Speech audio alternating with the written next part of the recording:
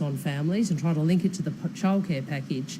Let's remember Arthur Sinodinos made very clear what the agenda of the Liberal Party is on this front. On costings, Labor has made very clear we will save more than we spend over the decade. And just as we were prepared to be upfront with the Australian people prior to the election being called about savings, you can anticipate more savings announcements from the Labor Party before the election. We have made that clear to all and sundry. But of course, what we saw today from Scott Morrison was yet another angry and shouty press conference from an angry and shouty Treasurer who was being angry and shouty about the Labor Party, but being very quiet about his policy agenda. In fact, on a very quick reading, on a 25-page, on a document that was handed out today, there are some 25 pages before the coalition actually talks about anything positive about itself. Has a single page of the coalition's achievements and mentions Labor well over 100 times. Well, what a damning indictment on this government. After 3 years, the best they can do at this point in the campaign is to simply have an angry, shouty Treasurer having a go at the Labor Party. Well, that's not really a second-term agenda. A second-term agenda would be something far more positive than what we saw from Scott Morrison today. I'm happy to take questions. What's Labor's half-time report?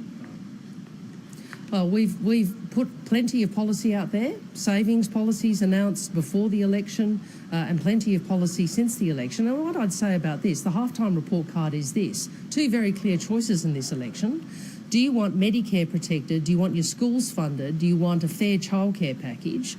Or do you want a $50 billion tax cut for big business? That is the choice the Australian people have before them. Do you think childcare is mainly women's business? I think childcare is parents' business. And if you're referencing what Bill said, I'd say this. We know in Australia the disproportionate burden of caring work does fall on women. And that's why we've put forward a policy to support women making different choices, to support women making the choice to return to work, to make it easier for working families to juggle work and family. That's the whole point of Labor's package. Fiona Nash has labelled those comments as prehistoric. Do you think that prehistoric? Has she talked to Barnaby Joyce lately? That's my only answer to that.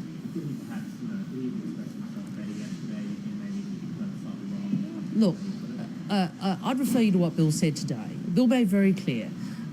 The reality in this country is the disproportionate burden of caring work is done by women. What we need to do is have a government who is prepared to put in place the supports so women can make the choices they want. And part of that is making sure you've got a childcare package which enables more women to make the choice if they wish to return to the paid workforce. So you're defending his comments? I am saying our childcare package demonstrates Bill and Labor's priority and Labor's values.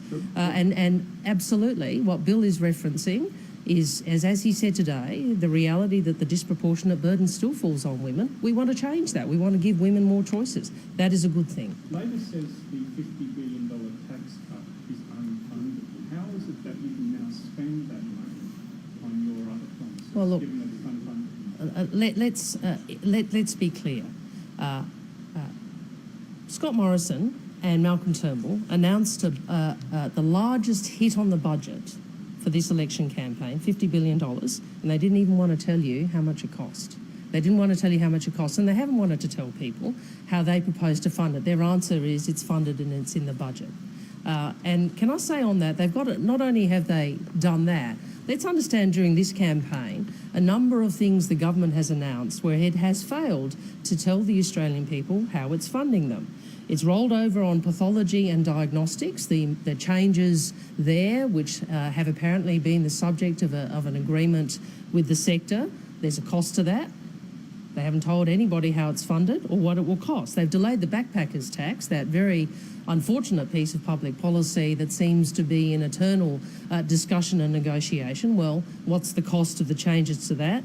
They flagged changes to their superannuation policy and they've announced a dairy package. Well, we look forward to Scott Morrison doing what he is calling on the Labor Party endlessly to do, which is, Scott, why don't you tell Australians what your policies to date cost and how you're going to pay for them? So you're happy to say the $50 billion tax cut is funded and therefore you can I am happy to say to you what I said at the outset, that Labor will save more than we spend over the decade, and consistent with the approach we took prior to the election, where we put on the table superannuation, multinational tax, negative gearing, capital gains tax, not proceeding with the baby bonus, not proceeding with the direct action fund. Just as we did that, you will anticipate more savings announcements from the Labor Party, consistent with our principle prior to the election.